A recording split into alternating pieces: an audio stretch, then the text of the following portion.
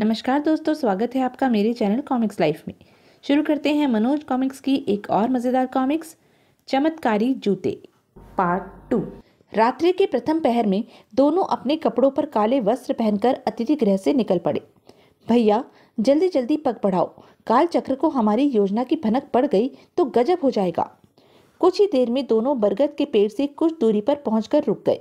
रास्ते में उन्होंने अपना अपना कपड़ा उतार दिया था। क्यों न मैं इन दोनों सर्पों को यहीं से पत्थर फेंक कर मार दूं? नहीं नहीं, ऐसा न करना, वरना सर्प क्रोधित हो जाएंगे और हम दोनों में से कोई भी जीवित नहीं बचेगा। तो फिर क्या करना चाहिए? मैं अभी सोचकर बताती हूँ, कहकर धनलक्ष्मी सोच में डूब गई और थोड़ी देर बाद बोली, भैया तुम अपनी सांस कितनी देर तक रोके रह सकते हो? ठीक से तो नहीं कह सकता, पर काफी देर तक मैं अपनी सांस रोके रह सकता हूँ। मुझे निद्रा मंत्र आता है, उसे पढ़कर मैं इन कभी न सोने वाले सर्पों को कुछ देर के लिए सुला देती हूँ। तब तुम सांस रोककर विषैले पेड़ के पास जाना और कोटर में से सोन चिड़िया ले आना। अच्छा बहन।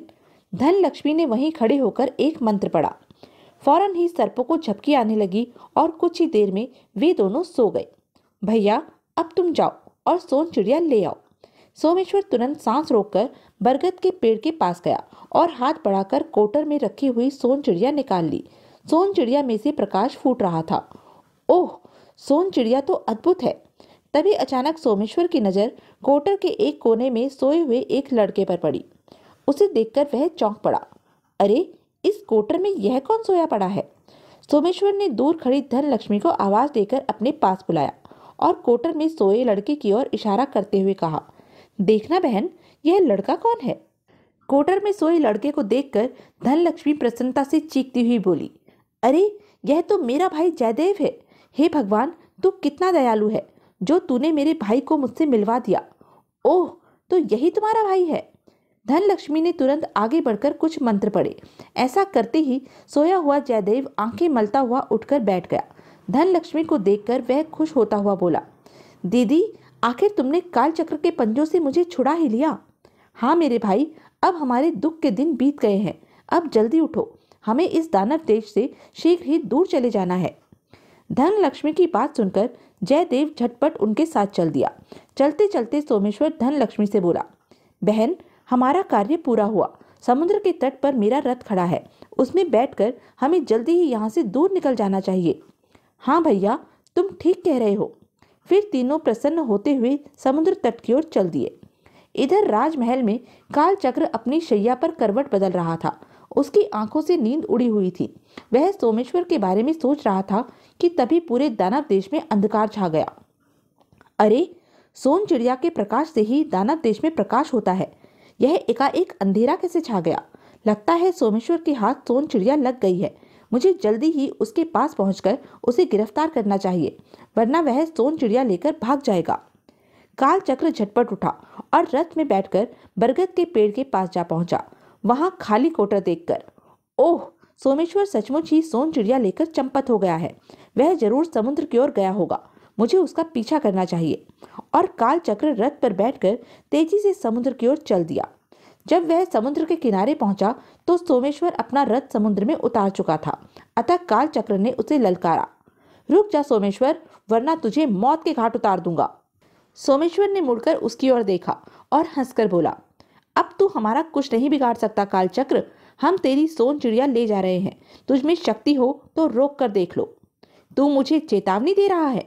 तभी धनलक्ष्मी सोमेश्वर से बोली, भैया, कुछ क्षण के लिए रथ को रोक लो। मैं इस नीच से अपने पिता की हत्या का बदला लेना चाहती हूँ। सोमेश्वर ने तुरंत रथ को समुद्र की लहरों पर रोक लिया। तब धनलक्ष्मी रथ से उतरकर काल चक्र के पास आई और तिरस्कार भरे स्वर में बोली, काल चक्र, आज तेरा अंत समय आ गया है। मेरा भाई तेरी कैद में था, इसलिए मैं तेरे हाथों विवश थी, पर अब मैं अपने पिता की मौत का बदला अवश्य लूंगी। ओह दुष्टा, तो यह सब तेरा किया धरा है। तूने ही सोमेश्वर को हमारा भेद दिया है।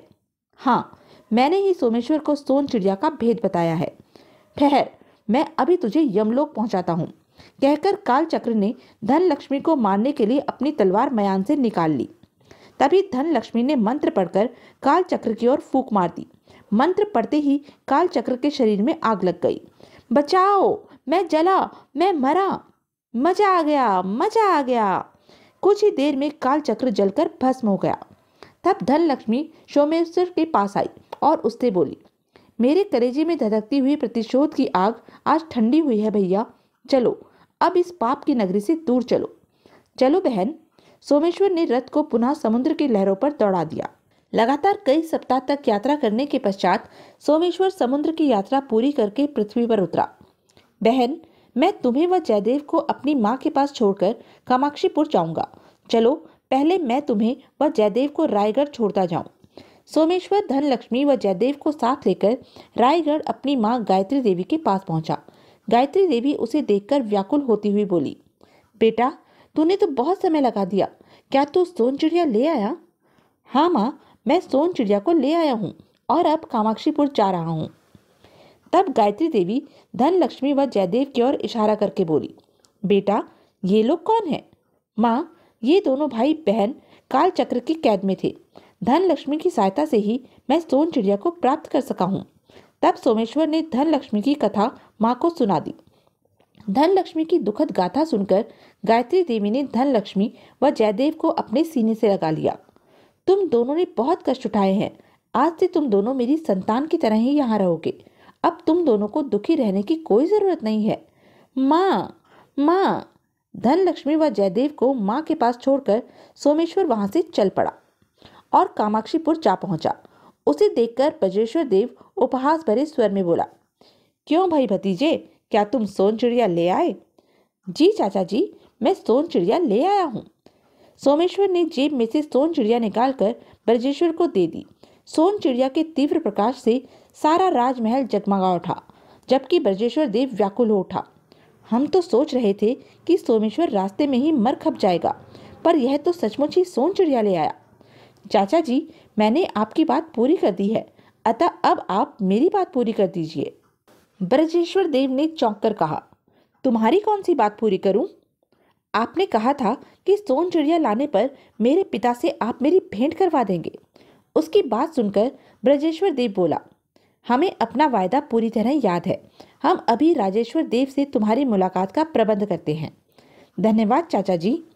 और कुछ ही देर बाद सोमेश्वर बंदी गृह में राजेश्वर देव के सामने था। राजेश्वर देव ने आहट पाकर अपना चेहरा ऊपर उठाया और कहा, कौन हैं आप?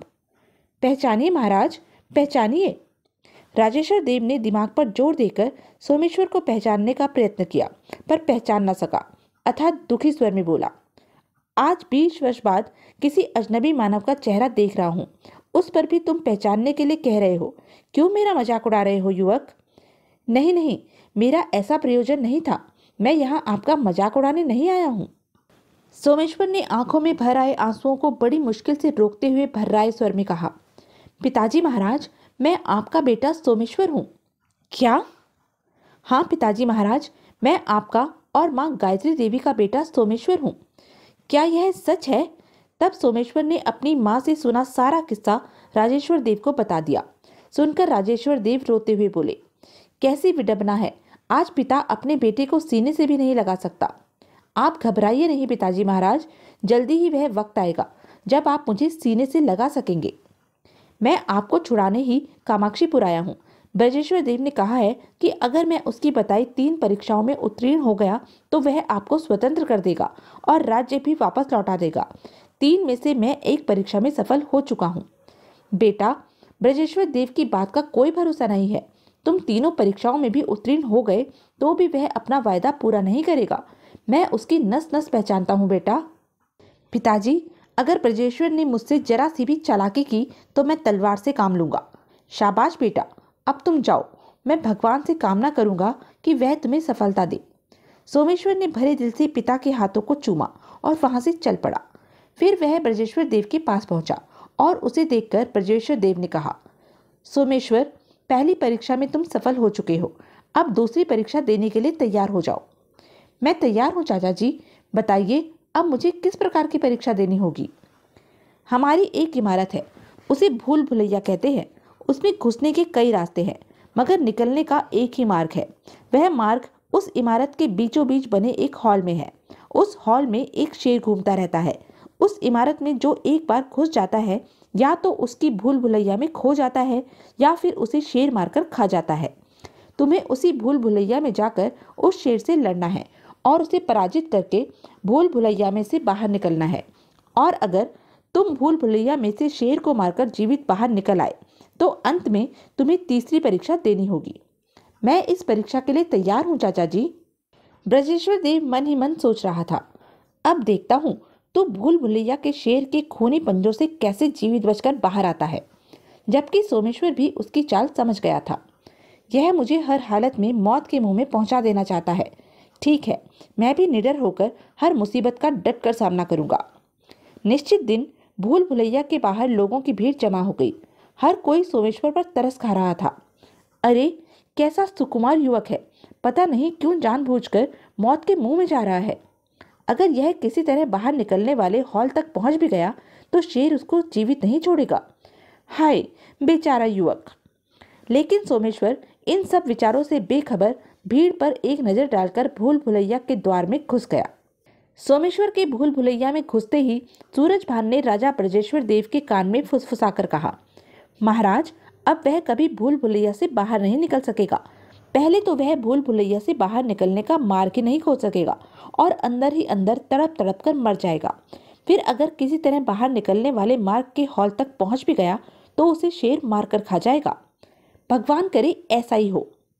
सोमेश्वर ने भूल भुलैया में घुसकर अपनी जेब में रखा सूत का मोटा गोला निकाला और उसका एक सिरा कसकर भूल भुलैया के द्वार से बांध दिया। फिर जैसे जैसे वह भूल भुलैया में गया वैसे वैसे सूत का गोला खुलता गया। कुछ ही देर में वह अंधेरे गलियारों में भटकता हुआ एक हॉल कमरे के पास जा पहुंचा। तभी गुर्र, लगता है मैं निकासी द्वार वाले हॉल तक पहुंच गया हूं। अब मुझे संभलकर आगे बढ़ना चाहिए। कुछ दूर चलने पर उसे अंधकार में शेर की दो चमकीली आंखें दिखाई दी। तभी शेर ने सोमेश्वर के वहां होने का एहसास पाकर उस पर छलांग लगाई। लेकिन सोमेश्वर सावधान था, अतः उसने गोला फेंककर शेर को अपने हाथों पर थाम लिया और धरती पर पटक दिया। शेर सोमेश्वर पर दोबारा झपटा और अपने पंजे सोमेश्वर के शरीर में गड़ा देने चाहे, लेकिन सोमेश्वर ने अपने दोनों हाथों से उसके पंजे थामे और फिर पलक झपकते ही उसकी गर्दन पर अपनी दोनों हथेलियां टिका दी और उसका गला दबाने लगा। तो यह थी अब तक की कहानी। आगे की कहानी जानने के लिए बने रहें मेरे साथ। और हाँ, मेरे चैनल को लाइक, शेयर और सब्सक्राइब करना ना भूलें। धन्यवाद।